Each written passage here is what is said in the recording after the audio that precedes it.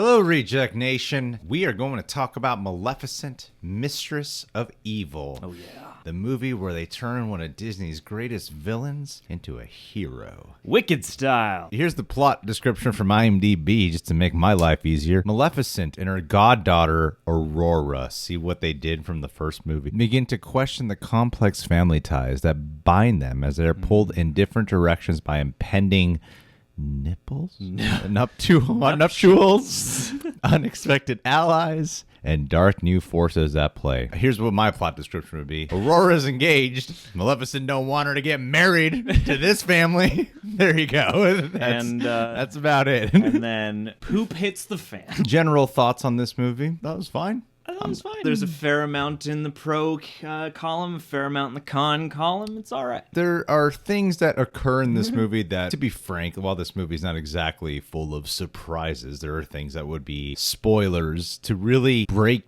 down what I don't like. Things that are just like questionable, but like they're like funny dumb to me. You just walk out complaining about it, but it's not like, oh, it irritated me. It's just like the way these characters responded or reacted to these devastating situations. Then there's just things you question. At the end of the day, you go into a movie like this, it's all dependent on your expectations. You know, the mystery element of it was intriguing enough. I love the designs in the movie. It looked beautiful. The film just looked gorgeous. There's a lot of these like sweeping aerial shots, and I was really impressed by those because there were times where I had to really question how much of this was visual effects and how much of this was sets that were built. Was any of it built, or was this all CGI? Were there any actual New Zealand style exteriors or anything like that? Yeah, because it looks great. This film is definitely darker than the first one, I'd say. The first one I remember had a lot of humor actually to it. With this movie, when the plot kicks in, it pretty much stays in its darker realm and continues to get darker till the finale. I won't go into spoilers about stuff, but it's pretty dark tone film for Disney live action. Weirdly, the biggest impression this movie left on me, or the thing I came out thinking of the most, was I wonder who this is truly aimed at. Before the movie started, they had a big graphic on the screen, and I realized, we may have even talked about this in the past and I forgot, but this movie's PG. Watching it, I started to think that there's a clash between the way it is written and the way it is realized. It delivers its information in a way, and I don't want to be patronizing when I say this, but it delivers its information and its themes in a way that suggested to me that this was aimed at kids. Sure. But the movie itself felt like it's a hard PG. It's like a PG-13, really, because it's a dark war fantasy. It's in its aesthetic. It seems like it really wants to be like a heavy Lord of the Rings style epic by the end of it. That clashes with the elements that are supposed to be more digestible for children. The plot handles itself, and the way the motivations handle themselves is always very clear who is evil, who is good. And even in the mystery, it's like if you're a parent watching this, or if you're just an older audience member, I have to imagine that you know pretty much where everything's going. It's not too muddy in terms of its context to be, above anybody's head. That being said, it has moments of fantasy that work and look really beautiful. I feel like everything they try to do works at some point. It just came out so uneven to me that I couldn't tell which level they wanted to exist on. Because, you got essentially two different things you're exploring in this movie. Aurora's engaged to Prince Philip, getting to know Philip's family. The movie lets you in on it pretty early on. The mom, Michelle Pfeiffer, ain't really a good woman. Probably, yeah. Maybe doesn't have anyone's best interests at heart. There's other plot where Maleficent begins to discover her roots, her kind, and where she came from, her lineage, her people, her destiny. You're exploring these two different things, and then within there's some pretty solid performances. I think Elle Fanning does a really good job in this movie. I think she shines a lot more than what she did in the last film. Whenever Angelina Jolie is on screen, she's great. She's made to play this. As much as you might feel like she's still not evil or whatever, but she still really commands the screen whenever she's on, even when she's giving the super subtle moments. She's really good. And there's a scene in here, kids, if you're listening, I'm about to swear. There's a scene in here with Michelle Pfeiffer and Angelina Jolie early on in the movie where I can only describe it as they're trying to out-bitch each other.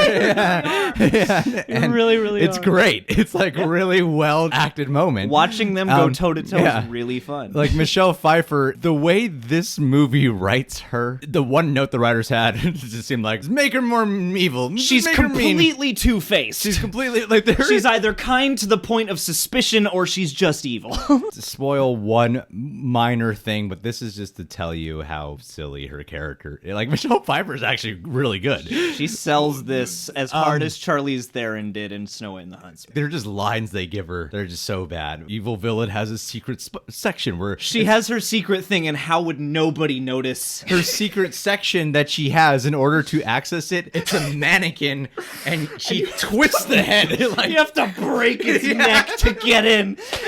And it's supposed to be like, ooh, no, it's just dumb. Who on earth would see this and go, no, I can see why you wanted to install this for a legitimate purpose other than villainy? Yeah. Sorry if that's like something that I ruined for you. My point with that is every problem I had with it, I just found funny. Nothing angered me. Nothing annoyed me. There are times where the pacing of it was a little flat, a little dull, because the movie does take itself really serious. Yeah. Which was kind of a surprise by, like I said, because there's a real lack of, it seems at first there's going to be like humor and stuff, but then that kind of just vanishes. Then in the middle of doing these explorations and heavy exposition scenes, as you'd expect with a film like this, Maleficent kind of disappears for a while. There was a point. She like took the longest bathroom break or something because there was a point where the craziest stuff in this movie is happening. And then when they finally cut back to her, I had a thought of, oh yeah. This is a Maleficent movie. This isn't the Aurora and Prince Philip try to thwart,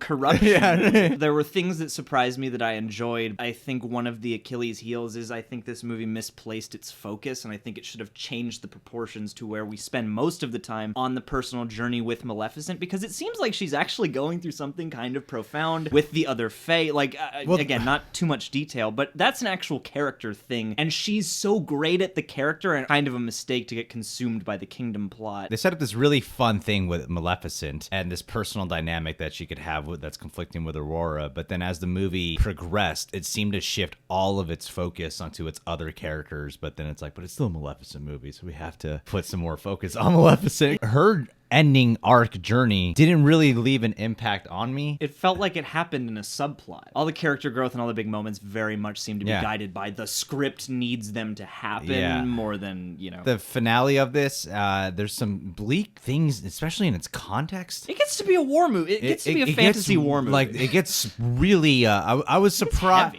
I was surprised for a live-action Disney film that it got like, oh wow, they really kind of went there. It's not like bloody and gory. We're doing like warmongering, genocide, it's pretty awful. Racial allegory. On a technical level, though, I think the film knew what it is. The last 10 minutes of this movie could have been done a lot better, because I noticed what everyone was kind of making fun of was the last few minutes of this movie with the way they handle the resolve or whatever you want to call it, the wrap-up. So there's a lot of very much like, we're moving along now. Don't think about all the stuff that happened a few minutes ago. I think Chiwetel Ejiofor is wasted in this movie. He's cool because he delivers Chiwetel exposition Ejiofor, like nobody else. but he's just the exposition guy. They gave a lot more character to Ed Skrein than they did to Chiwetel Ejiofor.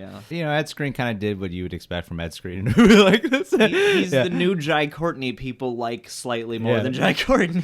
I still enjoyed it. For a movie that took itself so serious, I surprisingly had a fun time when I was watching it. If this was like a thing I caught on Netflix or something, I think I would have been like really into it and been like, that was a lot better than I expected it to be. The Maleficent films about gave me what I expect. I think if you like the first Maleficent, if you just like a good family-friendly war movie, go watch this movie. Family friendly with an asterisk. I said that's a hard PG. I'm gonna coin that phrase right now. I enjoyed my time. There were definitely things that I appreciated that dazzled me. I mean, I think Disney right now in their live action fantasies like this are unparalleled in terms of production design, realizing that design with sets and CG, but costuming and tangibility. This movie, I really feel like either ought to have been a hand-drawn animated movie. I feel like as it exists in the way it exists, with the tones and the writing the way they are, I feel like it really could have been cohesive as a hand-drawn movie, or I feel like they should have really doubled down and gone like for the PG-13 YA crowd with this, because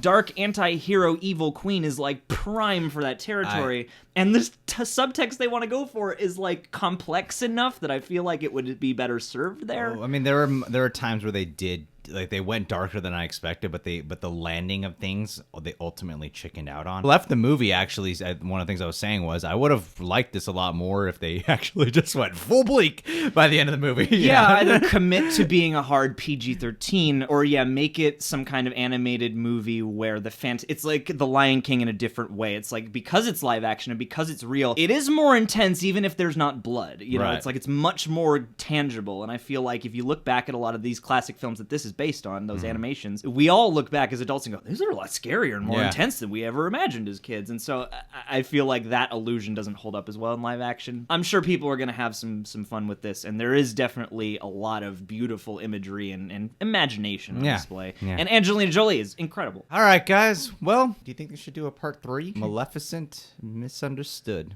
Have her come back in 20 more years as like an older woman. Old woman Maleficent. Yeah. And have 3 generations of badass fae human peeps. I love your thinking, John. Thanks. You guys can subscribe to The Real Rejects, click that notification bell, and catch you guys soon.